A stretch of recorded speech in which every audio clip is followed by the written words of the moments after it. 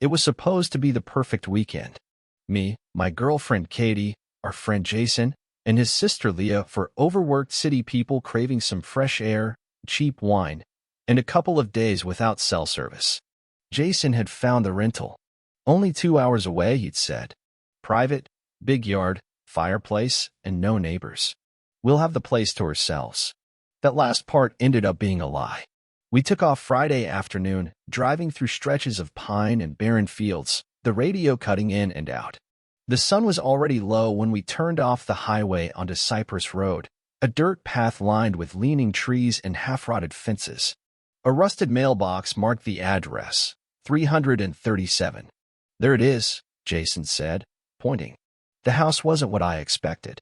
A 2-story wooden place, gray with age, the paint peeling like bark. The windows were small and dark. The porch sagged a little to the right. There was no welcome mat, just silence. Katie wrinkled her nose. It looks old. Jason laughed. It's rustic. It has character. Inside, it smelled like cedar and something faintly metallic. Dust floated in the air, catching the last rays of light leaking through the windows. The furniture was mismatched and heavy, like it had been there forever. A large grandfather clock stood in the corner, motionless. There were no family photos on the walls. Just a single painting over the fireplace, a scene of a forest at dusk, the trees shadowed and tall. We explored the place quickly. 2 bedrooms upstairs, 1 downstairs. A long hallway on the ground floor led to a locked door Jason assumed was a storage room. The kitchen was clean, though old. The fridge was plugged in, humming softly. Everything worked. There was no Wi-Fi, no cell service. But we knew that going in. That night, we lit the fireplace, cooked pasta, and opened a few bottles of wine. Jason put on a playlist saved to his phone. Leah sat by the window, staring out into the dark yard. I swear I saw something move out there, she said suddenly. Jason rolled his eyes. It's probably a deer. Or a raccoon, Katie offered. Or a ghost, I joked. But Leah didn't laugh. She just said, there are footprints. Jason and I followed her to the kitchen window. The yard outside was wide and wild, with patches of overgrown grass and a few trees. And she was right. There were faint footprints in the dirt leading from the woods to the house. They didn't look fresh, but they weren't ours.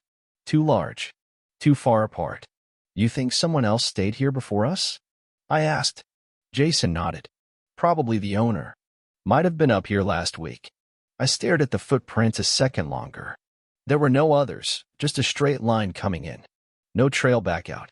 We went to bed around midnight. Katie and I took the room downstairs. The others slept upstairs. The house creaked and settled in the wind. A branch tapped against our window. I woke up at 3:17 a.m. Not from a sound. Just a sudden jolt, like I had been dreaming something awful and forgot it the second I opened my eyes. Katie was asleep beside me. Then I heard it. From somewhere deep in the house. A door shutting. I froze. It wasn't a slam. Just a soft, heavy click. Like someone trying not to wake anyone. Then I heard footsteps. Slow, steady, on the floor above us. Creak. Pause. Creak. I grabbed my phone. Still no signal. I nudged Katie. Do you hear that? She stirred, eyes bleary. What? Upstairs. We listened. Silence now. Just the wind outside. Then, creak. It was right above us. The upstairs hallway. I slipped out of bed and opened the door as quietly as I could. The house was pitch black. I crept down the hall and up the stairs, each step groaning under my weight. When I reached the top, I whispered, Jason? No answer. I checked the first bedroom. Jason was snoring softly. Leah was curled up in the next room, earbuds in, breathing steadily. No one else. I stood there for a long time, trying to shake the feeling that something had just moved down the hallway the moment I'd stepped into the room. But it was empty. Of course it was. Back in bed, Katie said, Did you see anything? No. She didn't respond, just turned over. But before she fell asleep, I heard her whisper, I don't like this house. By morning, the footprints were gone. Jason and I stepped outside around 9 a.m. to look for them. The ground was still soft from last night's rain, but the dirt path was clear. No prints. No sign anything had ever been there. That's impossible, I muttered. Jason shrugged. Wind must have blown dirt around. Or maybe you just imagined them. I didn't argue. Not then. But I knew what I saw. And so did Leah. Inside, she was standing in the kitchen holding something, an old photograph, black and white, slightly curled at the edges. She said she found it in a drawer under the microwave. The photo showed 5 people standing in front of the same house we were in. 3 men, 2 women. All of them unsmiling. The picture looked like it had been taken in the 60s, maybe earlier. Creepy family photo in a drawer, Jason said. That's totally not a red flag. Katie leaned closer. They look familiar. Leah didn't say anything. She just kept turning the photo over. On the back, written in pencil, was one word. Still here. We laughed it off, but not completely. After breakfast, we split up to explore the rest of the house again, this time in daylight. I checked the locked door at the end of the hallway. Still locked. Jason said he'd asked the owner through Airbnb about it before and was told just storage. But I noticed something now I hadn't last night. The lock wasn't old. It was new, and there were scratch marks around the handle, like someone had tried to get out. That afternoon, Katie suggested we take a walk through the woods behind the house. Fresh air, she said. Stretch our legs. We followed a faint trail that wound behind the trees. The woods were dense and strange, silent, almost too silent. No birds, no wind. Just branches and shadow. About a half-mile in, Leah stopped walking. Do you smell that? She asked. I did. It was faint, but unmistakable. Rot. Like old meat left in the sun. Jason stepped off the trail, pushing through a patch of underbrush, and came back pale. There's something back there. We followed him and found it, a small wooden shed, nearly swallowed by vines and moss. Its door hung open. Inside were rusted tools, empty crates, and a mattress shoved into the corner.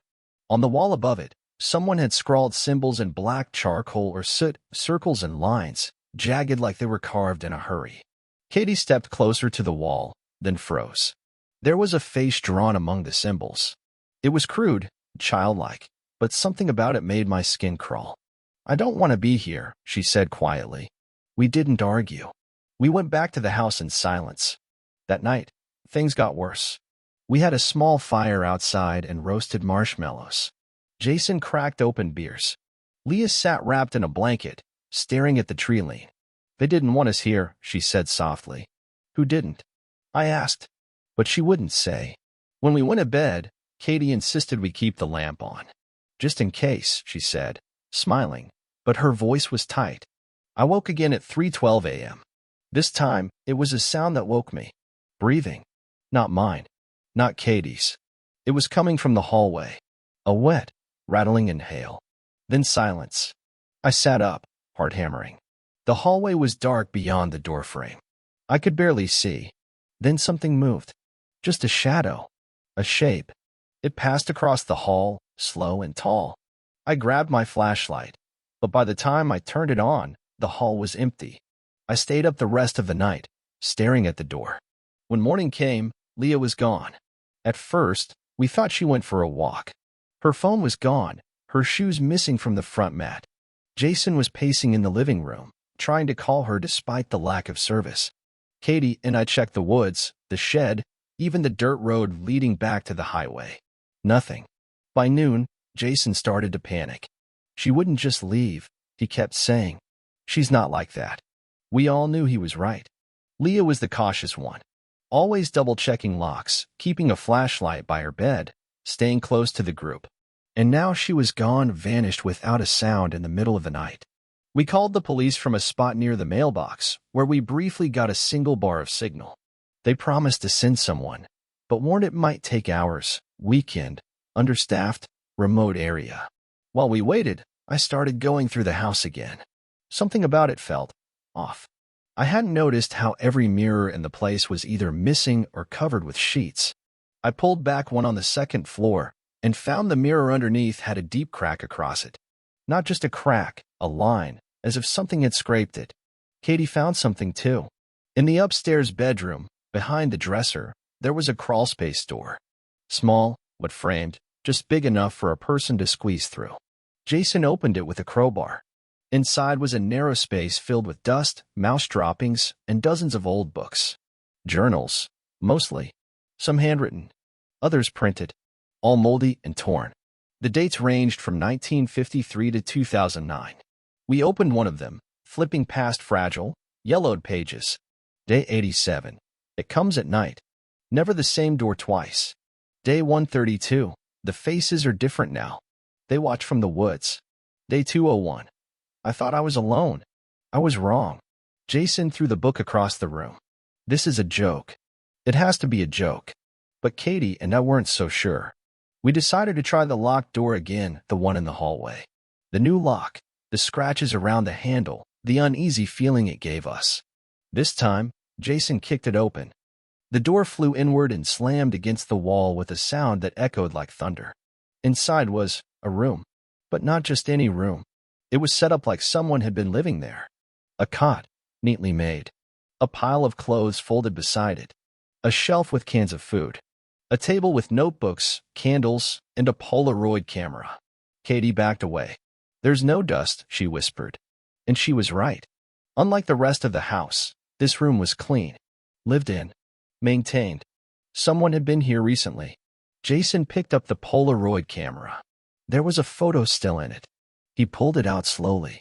It was Leah, standing in the kitchen, taken from behind.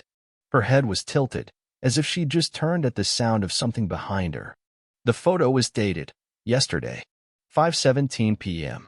We stared at it in silence. Then, we heard the footsteps again. This time, all three of us heard them, upstairs, slow and deliberate. Jason grabbed the flashlight. Stay here, he told us. Like hell, Katie snapped and followed him. I was last up the stairs. The hallway was dim, the light from our phones casting long, distorted shadows. We checked every room. Empty. Then Jason pointed. The mirror. The cracked mirror in the bedroom, it was different now. The crack had shifted. No longer a jagged line across the middle. It had bent downward, curling like a grin. That's not possible, I whispered. And then, without warning, the bedroom door slammed shut behind us. We jumped, spun around. Tried the handle. It wouldn't budge. Katie started pounding on the door.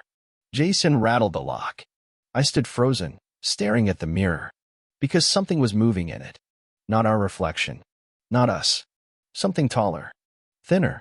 Looming just at the edge of the frame. It raised a hand. And knocked 3 slow, heavy taps from inside the glass. The door finally opened after 5 minutes. Or at least, we think it was 5 minutes. It felt longer. And when it did open, it was slow, creaking outward, even though Jason had locked it pushing in. There was no one outside the room. No footsteps running away. No wind. Just silence. Katie was shaking. I took her hand. We need to go, she said. Right now. Forget the cops. We agreed. We packed fast. Just what we could carry. Jason searched one last time for Leah, shouting her name into the trees, but there was no answer. Just birds now. Now there were birds again, chirping too loud, too cheerful for what we were feeling. By 1 p.m., we were driving back down Cypress Road. Except we didn't get far.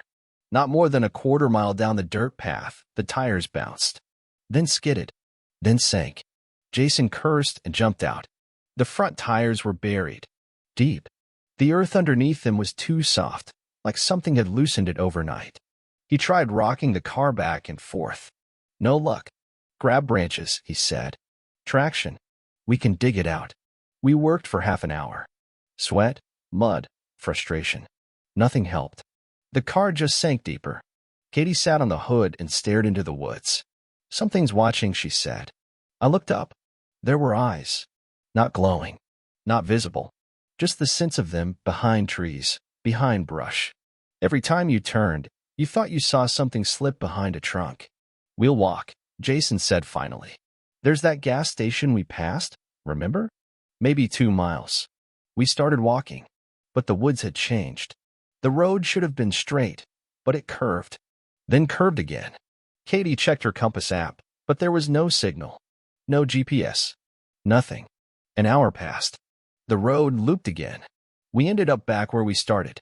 The car. Impossible, I whispered. Katie started crying. Jason sat on the ground, staring into the distance. It's like the place moved. Like the road doesn't lead anywhere anymore. We returned to the house. Not because we wanted to. Because there was no option. It was waiting for us. Inside, it smelled different. Not musty. Not metallic. Sweet. Like something dead trying to smell alive. We barricaded the door. Turned every light on. Built a fire in the fireplace even though it was 70 degrees. None of us talked much. Just sat there, jumpy, trying not to look at the hallway too long. Jason decided to check the crawl space again. Maybe there's a clue, he said. Anything. A name. A diary. Something we missed. He opened another one of the books. This one had a name inside the front cover, Elise Carmody, 1981. He read aloud. The house wants a host. It doesn't like to be empty. It hides in glass and walls and corners. It shows you things that belong to other people. You will see her face. When you do, it's already too late. Jason paused. Who's her? Katie stared at the mirror in the corner of the room. The one we'd avoided since that night. She's here, she said. Jason looked confused. What do you mean, I saw her last night. When you were sleeping. I woke up, and there was someone standing in the corner. Her hair covered her face. She was soaking wet. And she pointed at me. You didn't wake us? I tried. But I couldn't move. It was like my body was frozen. A loud crack echoed through the house. We jumped. Then we heard it, dragging. From the ceiling. Across the floor upstairs. Jason grabbed the fireplace poker. Stay here, he told Katie. I'm not staying alone, she snapped. We moved as a group. Upstairs, the sound had stopped. Except, it hadn't. It was quieter. Closer. Right behind the wall. Jason pressed his ear to it. A thud. He backed away. I noticed the mirror again. This one wasn't cracked. It looked clean. Too clean. Katie stared into it. Then stepped back. That's not us, she whispered. And she was right. In the mirror, we were standing in the wrong places. Jason on the left, me in the middle, Katie near the stairs, except in reality, it was reversed. And then the mirror versions of us smiled. But we didn't. The lights went out. Darkness swallowed everything. No street lights. No moon. No flickers from dying bulbs. Just black. Katie grabbed my arm. Jason whispered something I couldn't hear. My own breath sounded too loud, like it didn't belong in the room. Then, a whisper. Not from Jason. Not from Katie. From the mirror. I couldn't make out the words. But it was there. A voice like damp leaves rustling in your ear. A woman's voice. Calling. Jason swung the fireplace poker. The mirror cracked, once, twice, then shattered completely. The sound was like glass breaking underwater. Silence returned. And then the lights came back on. One by one. A flicker here. A buzz there. The fireplace was still burning. Katie was sobbing softly, hands over her face. Jason looked pale. But something had changed. The air was heavy, pressed down on us. And there were wet footprints on the floor now, leading from the hallway, toward the stairs, into the room with the shattered mirror. Except, they didn't start from the front door. They started from inside the house. That was the moment we realized. Whoever, or whatever, was in here had never left. We didn't sleep. We stayed in the living room until sunrise, eyes fixed on shadows. Listening. Jason wouldn't let go of the fireplace poker. Katie sat with her back to the wall. At 7:13 a.m., there was a knock at the front door. 3 times. Slow. Heavy. I froze. Jason moved toward it. Police? He asked, voice cracking. No response. He opened the door. There was no one there. Just a photo. A Polaroid. It showed the 3 of us asleep in the living room. But we hadn't fallen asleep. Not that we remembered. We packed in 10 minutes. Tried the car again. Somehow, it was free of the mud. Tires clean. Doors unlocked. Like it wanted us to go now. We didn't argue. We didn't stop. We drove. And this time, the road didn't bend. We reached town before noon. Found a gas station. Called the police again. This time they came. We told them everything. They searched the house. No signs of forced entry. No Leah. No journals. No hidden room behind the wall. The mirror we'd shattered? Unbroken. Brand new. They said no one named Elise Carmody had ever owned the place.